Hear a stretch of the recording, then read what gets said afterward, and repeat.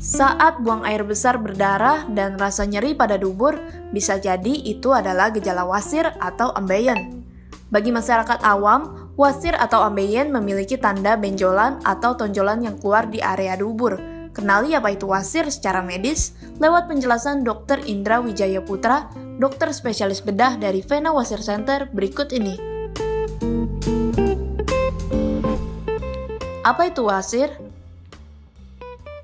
Wasir adalah suatu kondisi pelebaran dan inflamasi dari pembuluh darah balik vena pada anus yang berasal dari plexus hemorrhoidalis. Jadi pelebaran ini yang bersifat lama dan ukurannya semakin membesar. Nah, di sini secara jenisnya itu, secara umum kita yang kita ketahui namanya wasir, tapi kan dia punya nama lain hemoroid. Jadi hemoroid ini ada eksternal, ada internal. Yang membedakannya adalah dari klinisnya. Jadi semua ahli bedah itu ada suatu anatomis garis imajiner, ada sebutannya linea dentata. Jadi semua wasir yang lokasinya di atas linea dentata itu sebutannya adalah wasir internal atau hemoroid internal. Jika di bawah linea dentata sebutannya adalah wasir eksternal atau hemoroid eksternal. Bagaimana gejala wasir? Nah, gejala wasir itu selalu dimulai dengan perasaan tidak nyaman pada area anus gitu. Jadi biasa perasaan tidak nyaman ini selalu berhubungan dengan suatu benjolan. Jadi pasien selalu merasa yang pertama seperti ada benjolan. Benjolannya bisa keluar masuk atau menetap gitu. Benjolannya bisa semakin lama semakin besar. Yang awalnya masuk secara spontan, lalu selanjutnya berkembang semakin ukurannya besar, dia akan sulit masuk spontan, jadi harus dimasukkan. Pada level tertentu benjolannya itu tidak bisa dimasukkan kembali. Jadi memang wasir ini secara gejalanya disesuaikan dengan derajat wasir. Jadi ada stadiumnya 1-4. Gejala lain, di lain tidak nyaman di anus dan ada benjolan, sering disertai dengan riwayat buang air besar berdarah. Biasanya selalu berwarna merah segar karena ini indikasi bahwa arah perdarahannya itu di saluran cerna di bagian bawah. Jadi yang lain-lainnya mungkin pasien merasa seperti saat duduk atau saat berkendara di mobil yang lama atau saat naik motor itu seperti ada yang mengganjal. Rasa nyeri ini biasanya juga kadang-kadang dikeluhkan. Jadi benjolan disertai semakin besar benjolan, maka biasanya derajat nyeri juga akan semakin berat. Nyeri paling berat pada wasir itu pada wasir yang ukurannya itu sudah di grade 4, jadi tidak bisa dimasukkan kembali. Itu pasti pasien akan datang dengan keluhan utamanya pasti nyeri. Apa saja penyebab dan faktor risiko wasir? Kalau bicara penyebab wasir itu secara per definisi tadi kan adalah pelebaran dan inflamasi dari pembuluh darah balik vena di area anus, asalnya dari plexus hemorrhoid. Jadi kalau secara garis besar penyebabnya tetap adalah semua kondisi yang bisa menyebabkan pelebaran dari pembuluh darah balik ini, itulah yang menjadi penyebab wasir. Nah, jadi itu ada faktor ekstrinsik, ada faktor intrinsik. Kalau faktor intrinsik itu ada sebutannya analcation, semua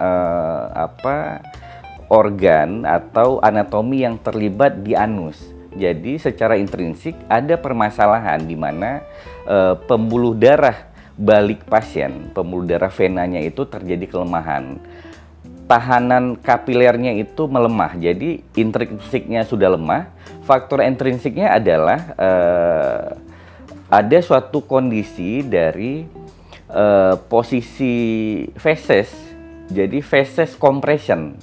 Jadi tekanan feses pada kondisi feses yang keras itu dia akan terus menekan di satu sisi secara internalnya, anatomisnya itu sudah ada terjadi gangguan seperti saya sebutkan tadi, ada kelemahan. Jadi faktor tubuhnya lemah, tekanan dari kompresi dari feses yang keras menyebabkan timbullah suatu kondisi wasir gitu. Kalau berbicara faktor resiko, maka faktor resiko wasir itu selalu dihubungi dengan pola hidup yang pertama. Yang pertama itu pasti orang yang wasir itu selalu memiliki riwayat dietnya setiap hari selalu kurang serat.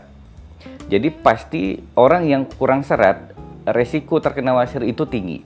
Yang kedua, kurang minum air putih. Yang ketiga juga faktor risikonya pada orang-orang yang misalnya duduk di kamar mandi, di WC terlalu lama sehingga proses ngedannya itu berlebihan. Lalu selanjutnya semua kondisi yang membuat otot perut ini posisi kita mengedan ini berlebihan. Misalnya pada orang yang pekerjaannya angkat berat. Ataupun orang yang selalu fesesnya keras, jadi dia akan memaksa mengedan yang berkepanjangan sehingga mudah terjadi wasir. Bagaimana pengobatan wasir? Oke, jadi tata laksana wasir kita kembalikan dari berdasarkan grade. Jadi wasir atau hemoroid itu punya 4 grade. Jadi grade 1, 2, 3, 4. Nah, grade 1 itu biasanya hanya ada benjolan, masih belum keluar, bisa disertai perdarahan tapi jarang. Grade 2 ukurannya mulai membesar tapi masih di dalam. Grade 3 ukurannya sudah lebih besar dan dia sudah keluar, cuman masih bisa dimasukkan. Itu kalau grade 4 ukurannya itu sudah sampai keluar dan tidak bisa dimasukkan kembali gitu. Jadi semakin tinggi grade biasanya secara klinis benjolannya itu akan semakin besar. Nah, tata laksananya itu selalu dewasa ini. Dulu kita itu membagi grade 1 2 itu bisa dengan non operatif, grade 3 4 dengan operatif gitu. Nah, dalam perjalanannya itu semakin dewasa ini banyak teknik-teknik operasi baru yang dikembangkan. Jadi dulu itu selalu isu utama dari operasi hemoroid adalah 2. Jadi bloody dan pain. Jadi biasanya selalu permasalahan dari operasi hemoroid adalah perdarahan yang luar biasa banyak karena di situ melibatkan struktur plexus hemoroid. Yang kedua tentang nyeri yang berlebihan. Makanya biasanya operasi hemoroid pasien pasti dirawat untuk memastikan 2 sebetulnya. Tidak ada perdarahan aktif. Yang kedua tidak ada nyeri berlebihan. Jadi dirawat hanya untuk observasi 2 hal itu. Nah, dewasa ini semakin banyak teknik operasi baru yang bisa mengurangi terhadap permasalahan nyeri dan resiko perdarahan. Beberapa tindakannya itu ada seperti dewasa ini yang paling sering dilakukan itu metode PILA, yang kedua metode radiofrekuensi, yang ketiga metode laser, jadi laser hemoroidoplasti. Nah, metode PILA ini sebetulnya adalah gabungan dia rubber band ligation, jadi ada bagian yang disuntik dengan skleroterapi lalu diikat. Itu biasanya hanya digunakan di stadium 1 atau 2. Atau kadang-kadang pada dokter-dokter yang yakin bisa ini, pada stadium 3 yang ukurannya tidak besar dan tidak prolaps, itu masih memungkinkan. Cuman memang paling sering bermasalah pasien itu kalau untuk hemoroid pasti di grade 3 dan 4. Nah, kalau grade 3 yang besar, grade 4, metode PILA ini memang sudah tidak efektif gitu. Nah, grade 3 4 ini pada kondisi yang benjolannya besar dan mulai sulit masuk ke dalam, apalagi grade 4 tidak bisa masuk, itu kan pasien sangat nyeri hebat dan sering perdarahan gitu. Nah, yang paling efektif untuk grade ini adalah operatif dengan tindakan operasi, bisa dengan menggunakan radiofrekuensi atau laser hemoroidoplasti. Jadi Dua teknik ini goal utamanya adalah perdarahan yang sangat minimal, bahkan hampir kita berani bilang tidak ada perdarahan, dan rasa nyeri yang paling minimal gitu. Kalau dengan metode radiofrekuensi, pile hemoroid ini akan diangkat dan dibuang dengan suatu mesin radiofrekuensi gitu. Jadi tanpa perdarahan. Kalau dengan laser hemoroidoplasti, dia justru tanpa ada bagian anatomi badan yang dibuang. Jadi hanya dengan mesin laser, pile hemoroidnya itu nanti akan kempes dan menjadi bagian yang normal gitu. Nah, jadi kalau level nyerinya tetap dewasa ini level nyeri untuk operasi tindakan operatif dari hemoroid, dari wasir, yang tingkat nyeri dan perdarahan paling minimal itu radiofrekuensi dan laser. Itu tapi kalau dibandingkan dua hal ini antara radiofrekuensi dan laser, mereka ini kalau untuk nyeri jauh lebih minimal yang laser. Yang radiofrekuensi itu tetap masih ada karena ada bagian tubuh yang dibuang. Cuman memang jauh lebih ringan daripada teknik yang konvensional gitu. Apakah wasir bisa sembuh dengan sendirinya? Berapa lama? Pada stadium 1-2 bisa dikonservatif.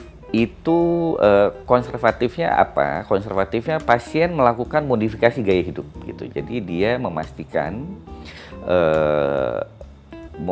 dietnya itu tinggi serat dan tinggi air putih.